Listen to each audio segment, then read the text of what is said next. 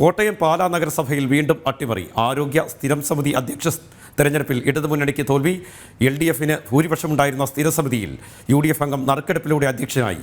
Airport മോഷണത്തിലെ പരാതിക്കാരൻ ജോസ് ചീരൻകുഴിയാണ് തോറ്റത്. വിവരങ്ങളുമായി മിഥുൻ അയ്യപ്പൻ ചേരുന്നുണ്ട്. മിഥുൻ, വിശദാംശങ്ങൾ.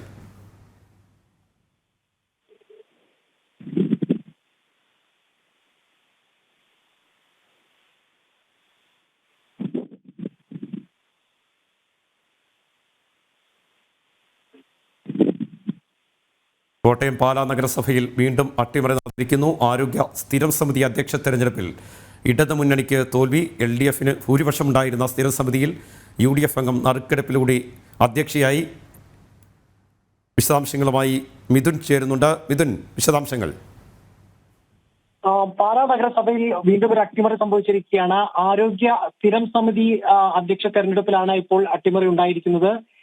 ഏറ്റവും ഭൂരിപക്ഷം ഉണ്ടായിരുന്ന LDFന് ഭൂരിപക്ഷം ഉണ്ടായിരുന്ന ഈ സ്ഥിരം സമിതിയിൽ UDF അംഗമാണ് ഇപ്പോൾ നറുക്കെടുപ്പിലൂടെ അധ്യക്ഷയായത്. പാലാ നഗരസഭയിൽ എയർപോർട്ട് മോഷണവുമായി ബന്ധപ്പെട്ട്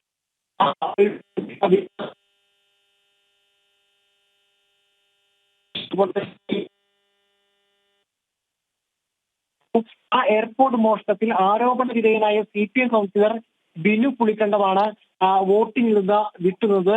4 പേരടങ്ങുന്ന ആരോഗ്യ സ്ഥിരം സമിതിയിൽ 3 അംഗങ്ങൾ CPMനും 1 അംഗം UDFനുമാണ് ഉണ്ടായിരുന്നത്.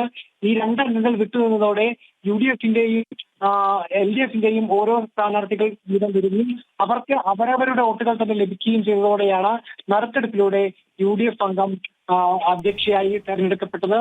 ഇതോടുകൂടി മാണി ഗ്രൂപ്പ് കൗൺസിലർ തോൽക്കുകയായിരുന്നു. എയർപോർട്ട് മോഷണം ഒതുക്കി തീർക്കാത്തതിന്റെ പേരിലാണ് CPM അംഗങ്ങൾ തന്നെ തോൽപ്പിച്ചതെന്ന് ഈ ആരോപണ പരാതി നൽകിയിരുന്ന, അതായത് എയർപോർട്ട് മോഷണത്തിൽ പരാതി നൽകിയിരുന്ന ജോസ് ചീരൻകുഴി ഇപ്പോൾ ആരോപണം ഉന്നയിച്ചിട്ടുണ്ട്. ഏതായാലും മറ്റൊരു നാണക്കേടിന്റെ കഥ കൂടി സംഭവിച്ചിരിക്കുകയാണ് പാലാ നഗരസഭയിൽ. നേരത്തെ തന്നെ ഈ ഒരു അട്ടിമറി ഇതിനു മുമ്പും പലപ്പോഴായി നടന്നിട്ടുണ്ടെങ്കിലും ഇപ്പോൾ ഈ എയർപോർട്ട് മോഷണത്തിന്റെ പേരിൽ ആ ഒരു വിവാദത്തിന്റെ പേരിലാണ് ഇപ്പോൾ ഒരു സ്ഥിരം സമിതി അടക്കം നഷ്ടപ്പെടുന്ന നിലയിലേക്ക് ഇടതുമുന്നണിക്ക് സംഭവിച്ചിരിക്കുന്നത്. മിഥുനാണ് വിശദാംശങ്ങൾ നൽകിയത്.